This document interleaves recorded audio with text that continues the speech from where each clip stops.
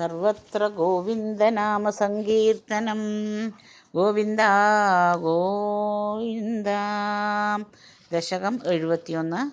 കേശീവധവും വ്യോമാസുരവധവും. യത്നേഷു സർവേഷഭിനാവകേശീ കേശീ സഭോജേഷി ദുരിഷ്ടബന്ധുഃ ത്വാം സിന്ധുജാവാപ്യമിതീവ മത്വാ സംപ്രാപ്തവാൻ സിന്ധുജവാജിരൂപഃ.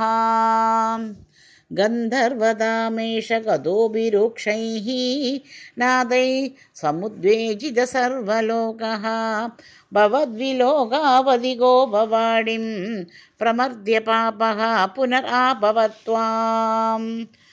താസ്യാർപ്പിതാംഗ്രേസ്തവ താസ്യ ഏഷഃ ചിക്ഷേപ വക്ഷോ ഭുവി നാമപാദം ഭൃഗോഃ പദാഘാതകഥാം നിശമ്യ സ്വേനാഭിശക്യം തദതീവ മോഹാത്.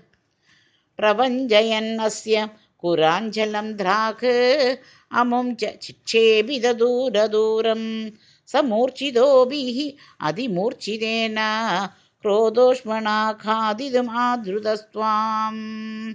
ത്വം വാഹദണ്ഡേ കൃതധീശ്ച വാഹാദണ്ഡം യഥാ തസ്യ മുഖേ തഥാനീം തദ്വൃദ്ധിരുദ്ധശ്വസനോ ഗദാസുഃ സപ്തി ഭവന്നപ്യയം ഐക്യമാകാത്. ആലംബമാത്രേണ പശോസുരാണാം പ്രസാദകേ നൂത്ന ഇവാശ്വമേധേ കൃതേ ത്വയാ ഹർഷവശാ സുരേന്ദ്രാഃ ത്വാം തുഷ്ടുവു കേശവനാമധേയം. കംസായ തേ ശൗരിസുതത്വമുക്ത്വാ തം തദ്വദോക്തം പ്രതിരുധ്യ വാചാം. പ്രാപ്തേന ഹേ ശിക്ഷപണാവസാനേ ശ്രീനാരദേന ത്വം അഭിഷ്ടുതോ ഭൂഃ. കഥാപി ഗോപൈ സഹ കാനനാന്ധേ നിലായന ക്രീഡനലോലുപം ത്വാം.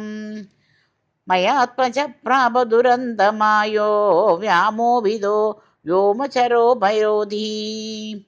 സചോരപാലായുധ വല്ലവേഷോ ചോരായിതോ ഗോപശിശൂൻ പശുംശ ഗുഹാസു കൃത്വാപി ദദേ ശിലാഭിഃ ത്വയാ ച ബുദ്ധ്വാ പരിമർദ്ദിതോ ഭൂത്. ഏവം വിധശ്ച അത്ഭുതകേളിഭേദൈഃ ആനന്ദമൂർച്ഛാമതുലാം വ്രജസ്യാം പദേ പദേ നൂതനയൻ അസീമാം പരാത്മരൂപിൻ പവനേശപായാഃ. സർവത്ര ഗോവിന്ദനാമസങ്കീർത്തനം. ഗോവിന്ദ ഗോവിന്ദ.